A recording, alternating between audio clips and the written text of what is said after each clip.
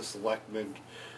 You Right. know, sometimes it was representatives from, you know, like Genesis or one of these charity organizations that wanted to make their case, and that was fine. And there was a period of time where they would actually ask them, but everybody else that was non-residents could not speak or vote. So anybody sitting in that section, when they raised their hand to vote, it wasn't counted. Well, that's the desired approach. This really isn't our issue. Yeah. I would say we just pass along a note saying we want to make sure the rules are Yeah. followed and move on to the next. Okay.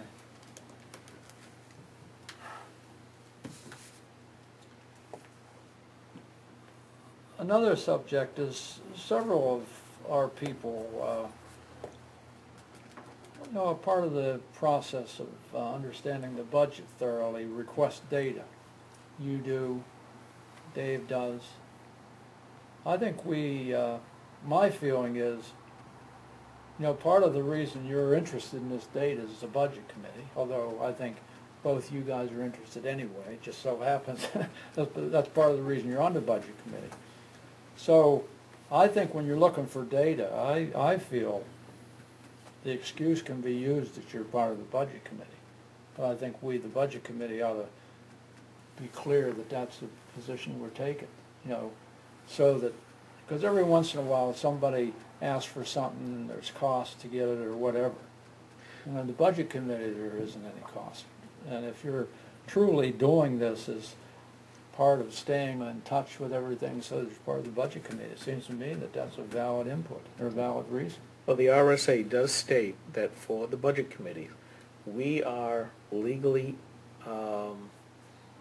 fully capable of asking for any data that we want from either the town or the Right. school, and to receive it in any format that we ask it for. So if I say, I want an Excel spreadsheet, you know, they can't hand me a piece of paper. And further, we can say, this is the data that we are looking for, this is how we want it formatted. And the RSAs give us that capability to do that. Now, you wouldn't want to make it in some unique form that would cost money, however. Sanskrit. Yeah, That would seem to be contrary to why we're in business, but anyway. Yeah, no, I look at this as something that other people may wish to look at as well. I know that the town seems to be much more open to the idea of providing us with that kind of information. And I'll be honest with you, I've got a bunch of things that I want to ask for from both the town and the school that, you know, if this is the right time to ask for it, I want, you know, this is what I would like to see. Do it. Well, I guess the position is, does anybody disagree with, go ahead, Dave. Well, I got a caveat to add to what Skip has requested. If everybody remembers last year, there was specific data that I was looking for, and I asked it on the very first night that the school sat here, and I got it the last minute as the school people were running out the door. And it had no value in terms of how we could have used it in this forum. So not only should we get the information, we should get it in a timely fashion. And enforced by the chair. Yeah, yeah. Well, I think what we have to do is we have to raise it again and say, hey, you know, the second week, ask them, well, do you have an answer yet? And raise the point so. Well, I asked every week, if you remember, Dave, every week I asked for that specific information, and it wasn't until the guys were going out the door that the guys and the ladies, I don't want to be offending anybody, that I got that information. Are there any limits on any of this, or it's just saying, if I want, just as an individual, it happens to be a budget committee member, if I want 20 reports a week, are we saying that that's legitimate? According to the RSAs, yes it is. I'm asking, I'm just clarifying. Yeah, I think I can understand that input.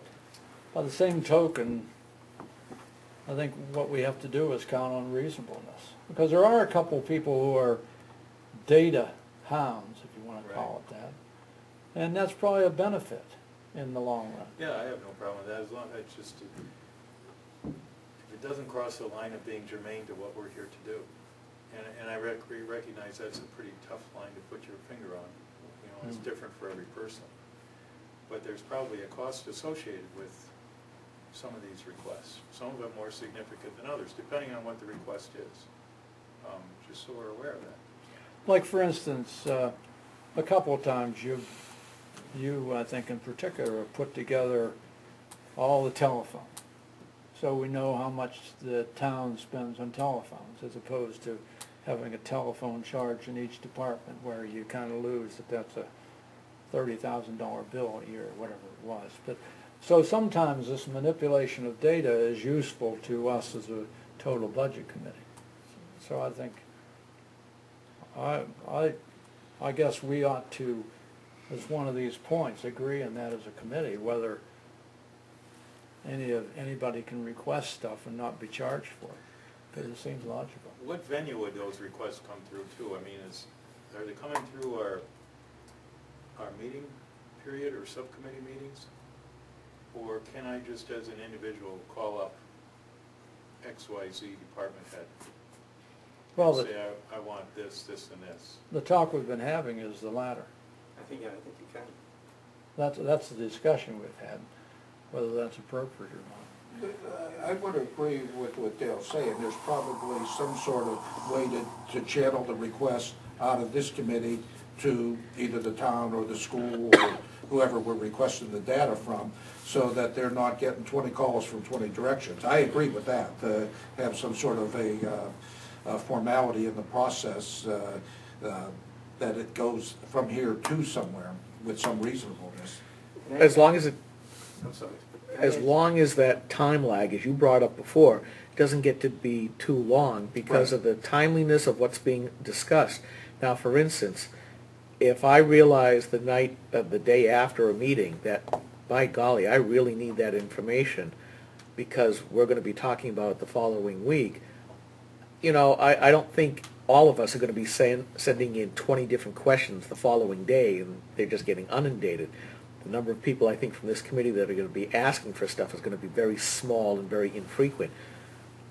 I don't mind, for instance, I've got stuff here that I'll run through this meeting now, but I don't want to necessarily lock anybody out, and I know I probably will be one of those folks that will do this ad hoc questioning. I don't want to lock myself out of, okay, I got to wait till the next meeting to ask, and then it's going to take another 2 weeks, and by that time, it's too late. I wasn't suggesting that, Skip. I was just suggesting that, that, say for instance with the town, that if we had a request, any one of us on the committee could make that request, funnel it through Sandy, and Sandy would take care of it, or put us in contact with that individual. Okay. Something like that. Likewise with the school, and I'm not sure who the right person would be in the admin office, but a similar type thing, whether it be Scott Isabel or, you know, whatever, that there's a focal point on how we do with it. Okay. Because also with that, on their end, whoever it may be, they may be seeing some requests and some redundancy, and they might want to get some clarification themselves, or be able to produce one document that would satisfy 2 points. Okay. I mean, I know that for my own self in the business world, is I hate, you know, a lot of scatter. I like a formal channel of communication on certain things.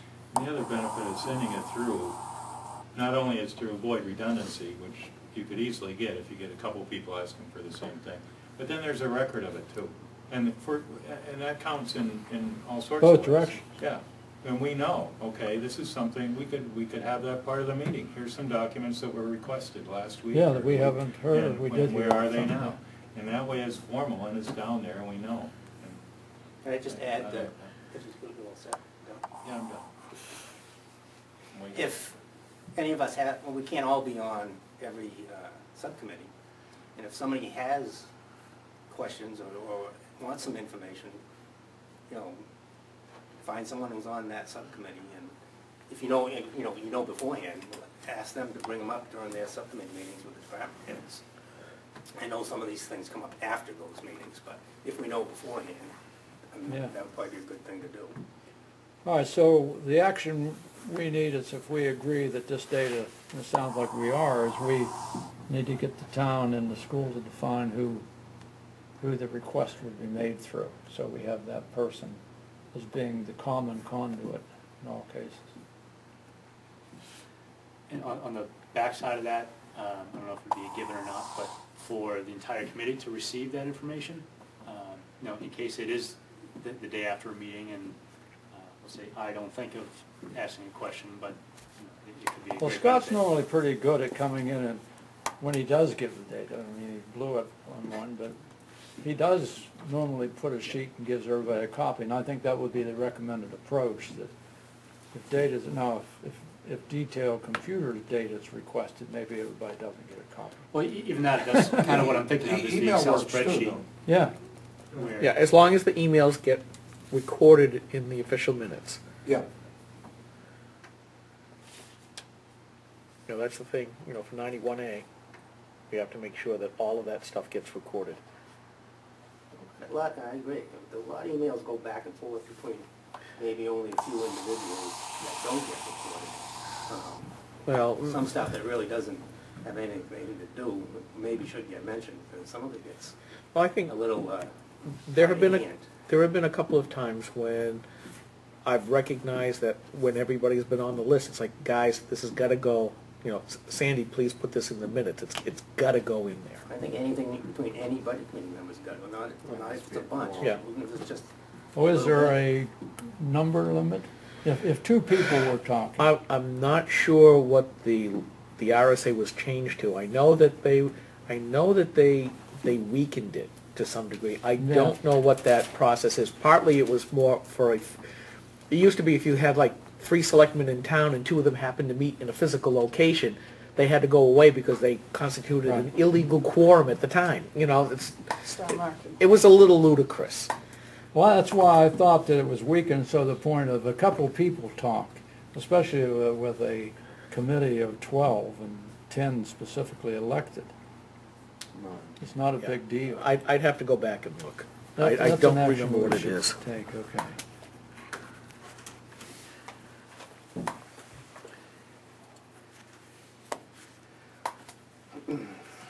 One other comment I make just for all of us to be alert to. We really need to have a default budget discussions earlier in the year. There was, you know, the town didn't give us one until very late. We don't have any input to it other than, I think they're all open to our questioning how and why. The school gives us one very early, but nobody liked it last year, because it just so happened it was higher than the regular budget. But what it pointed out to me was, the earlier we get that and pay attention to it, then we can stop the grumbling, you know, and get input to them and see if there's anything can be done about it, if you're dissatisfied with it, or at least stop grumbling one way or the other. Because we heard a lot of undertone last year on the default budgets, even though the budget committee has no input. And I think that was especially true on the school side, and I think Yeah, there it was just so several, happened their budget was up and then the default budget was higher, and that bothered people. there are several gray areas in that school default budget that probably ought to be looked at. Yeah, 'cause it's happened. Challenge. It's been happening ever since the school budgets were not recommended and the voters did not accept them. It seems that the default budgets have gotten larger than the budget at hand. But one thing I will say to defend them, they have a consistent approach they used. It's been pretty consistent. So that's why I say we need to look at and understand how they're doing it. So if we think there's some gray areas, we have an input to them. But The consistent approach is in saying, okay, this is what happened in X year. The voters didn't approve on something, now this is Y year, so we go to the default based on X, which does not take into consideration some of the other factors that have changed. So there's always the driver up, never a driver that should perhaps take things out. Yeah, that's the input we need to be able to give them, and they frankly don't have to listen to us, but at least it's good that we give them that. well, that was the point I was trying to make, that since that time period, it's almost always the default budget on the school side is always higher than the one that we are now considering. So it really puts the township into a bind in that the citizens go, great, I can either vote for this one, and if I vote down the budget, I get stuck with a higher budget. Yeah. That's not the way I think it should be working. Yeah, I think the tendency is when the budgets are relatively flat, you know, you struggle that. The place we had trouble last year is the school budget was up 3.7% or something, and the default was even higher than that. Correct. You know, I could see, you know, the default maybe sneaking in and being higher if the budget's flat. You know, there could be some idiosyncrasies, but anyway, that, I don't think that's anything that needs to be made official, but I think it's something we ought to all be thinking about, because my complaint with the town is we never saw the default budget until the last meeting.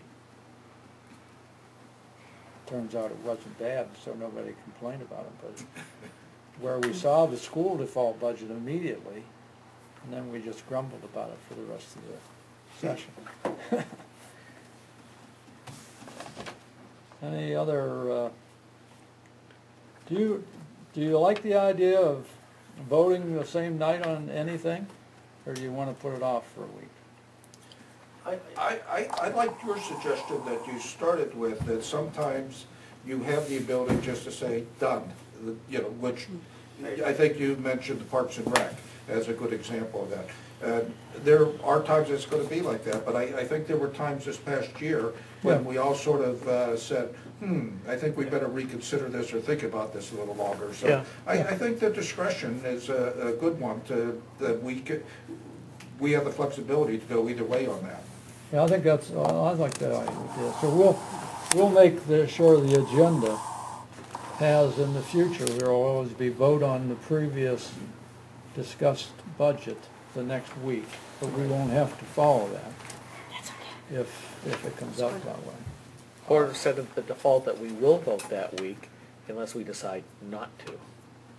If we want to give ourselves additional time, I don't think there's anything wrong with that. And I Right. put it that way only because if people want to speak during the public input, they will know that if this department or school is under discussion, then they ought to be there this week, knowing that it might be put off a week. At least that way, they're not going to get caught. Well, I don't have to be there for the discussion, but I want to be there for the vote. Right, that's a good point. Now, that brings up the point, though, we were making earlier. See, if we do all of our talking and discussion and leading to a vote before anybody's had a chance to talk from the floor, you know, it's too late. That's why we've always had the process that said you ask for input from the floor on that subject prior to our getting in to our formal debate. That way they get an input on that topic in a time to influence the people around this table. Well, you know, I really don't think that, you know, the people should be in here influencing the budget committee. It's up to the budget committee to make a decision on voting on the items. They have a chance to come to the deliberation session before the budgets get printed to be voted on. So it's a little different from the old town meetings from the SB2. I don't like the SB2, but I think it's more people get a chance to vote on it, and it's probably better. It's more variety of people that are voting on something, but some of them, whether they know it or not, is another thing, as opposed to the smaller amount of people that go to a regular town meeting are the ones that usually say it's correct. Yeah. You know what I mean? But see, in the case of SB2, you have the deliberative session, That's right. where people get to talk prior to the vote. And in my opinion, in the budget committee, if somebody comes here and takes all the effort to come down here and attend our meeting because they're upset that you're going to talk about football this week, you know, or hockey or something that's coming, and they want an input to us, we ought to hear their input. But we should do it not in the middle of our discussion, but prior to our discussion, so we get that to, you know, that's my opinion. That's the reason they're coming, to give us that shot. Fred? I would also be open to a smaller post-debate comment period, because, you know, stuff we might deliberate over, they might have some sort of rebuttal based on if something wasn't factual or whatever the case might be, where they might have some valuable input after the fact. You know, If it's already voted on, what's the difference? no, Well, we so- can always bring it back up, I guess. That's our rule. No, I'm saying just before the vote, so after we have an internal debate, just have one more. I'm not really there on that one. I think that we're all voted into this job, elected to this job to make a decision which we're comfortable with. And we like to hear input to it. But I'd say that that input has to be earlier than the heat of the deliberation of this group. Margot used to have a great line for that. I can't remember what it was. It's something about It's for the public, not by the public. yeah, something along that line. But so, what's your input on that, Fred versus Mike? I guess just generally, I'm really hesitant to shut off public opinion of any sort. So, I mean, I think we can all handle it, and it happens so infrequent. I'm having a hard time figuring out why it's such a big issue. Well, what about the subcommittee goes and speaks? We make the subcommittee person who's going to speak for that right. Parks and Rec, since we're using them tonight. So I make the speech and I say, this is what we did, this is what we talked about, these are the issues we saw. And then before we but we don't make a recommendation at that point. And then why don't we leave it open to the public to, if that's where they're going to, before we have the general committee discussion. That might not be a bad plan. Then you can let the committee, you can let anybody who, we've made our presentation, we have nitpicked this budget. Here we are, these are the, discretionary, non-discretionary issues. And then we could leave it open to the public. That would be the point that they could say, any public comment would come in there before we even say recommend to approve or disapprove. And then after, but they've put some input in, and then we can use that input perhaps if we need it when we discuss the budget as a whole group. And then vote right immediately? If we decide to vote if we that decide night. to vote, then we would vote that night, but we would Okay. get the input before we get the whole general.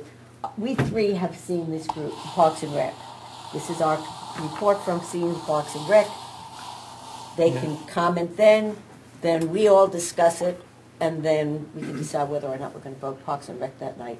It's relatively fair. So they know that we've seen it, this is what we've done, and then you have a place for public input. Yeah, I think my only concern was that it not become like it was with I and Scott, where the public, in a way, it was the public debating the budget committee over and over and over again. It became that free-for-all that I think, that's what I meant by it needs to be more formalized, because it's one thing if I ask a question, or if Kevin asks a question, or oh gosh, Kevin asks a question, but it's another thing for that, Good Kevin add, had the guy. oh gosh, I didn't even think of that. You could have had 3 Kevins. But, it's that constant back and forth takes away, because it's supposed to be us that are supposed to be Yeah, doing and the debating. input is more formal than the back and forth it's supposed to be. Correct. Yeah, but see, at this point, we are not we are just making a presentation. Oh, I think that's... And then they can say, oh, Parks and Rec, we really need that money for the bicentennial. And this is why I think we should have that money for the bicentennial. Okay, so we can, and then when we get into our discussion, we can incorporate what our viewpoint on whether or not we're going to give them the money for that bicentennial seed money.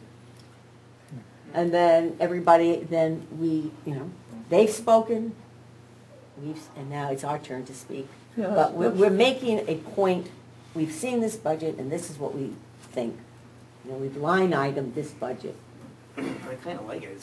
It's a compromise between the way the it's select pretty board fair runs theirs approach. and the school board runs theirs. Yeah, it's different than the school board or the... It'd be us. Yeah, I At least mean, people feel like their input is It's registered registered prior to before public, Yeah, general it- discussion. our and if general. they're gone to all the trouble of coming out, you'd like to have them feel some sense of That's a comment doing I've heard something. on the school board meeting is you have public input before they talk about anything. And they talk about stuff and then you can't say anything about it until Right. the next meeting. So I like that. Same with the selectmen. Yeah. So it's really kind of makes you feel like, wow, what'd I do it for? No, I actually like that We are approach. working for those people, so.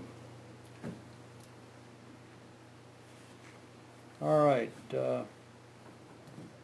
I think I've hit all the items that were sent to me by email, or Dave. Is this the time to bring up the subject I wanted to bring up? Let's, just 1 second, so, do we want to vote on this as a new approach, and I'll go down the list of what I've written down? We're going to have an agenda, and it will be provided at each meeting. There will naturally be a whole schedule of what each meeting is going to talk about ahead of the town and ahead of the school. We're going to control input from the audience by having a public input time, which we just decided about when it would be. And we'd have public input on every topic after the committee presentation, but after the subcommittee presentation, before the total committee talk. More control of the extracurricular stuff in the room. Extraneous noise. Extraneous noise, that's a good term. Like keyboarding. This is a really violent keyboard. Bring a noisier one. And the budget committee gets the data they request, but it has to be channeled through a couple of contacts, one in the school and one in the town. And we have to pay attention to the timeliness of it. And part of the agenda is to say what happened to the data requests. Right. And there's an open item on emails between budget committee members, what the real RSA is now. So I think it's healthy for us to all know that. So those are the items I took down from all of our discussion. Any other ones? Default budget, Nick. Default budget earlier from the towns. Oh, yeah, right. Should that be voted on separately from the housekeeping items, or do we just want to lump that all together? I think the default budget is really just an input to all of us to pay attention to it, because we don't get to vote on it, but we ought to all have in mind that we ought to see that early, and if we don't, we ought to bring it up with the particular head of, town or school. The school is very, very good at getting that early, so there's not normally a problem there. But the town, for instance, we never hear about it. We did bring it up a couple times last year. It went into a black hole. Okay, so do we want to vote on those things, or why don't somebody make a motion to say we... So moved. 1, 2, 3, 4, 5, 6, 7 items. Seconded. All right, and those are the items I read, so Mhm. all those in favor say aye. Aye. All opposed. Okay, so we'll change and go that direction. And we'll have the flexibility. Oh, the other thing I didn't mention was the flexibility to vote either night. No, the No. day we talk about it, or if we want to, we can put it off. And the agenda has to mention that. Now, you had an input, Dave. Yeah, I was hoping our school board representative would be here tonight.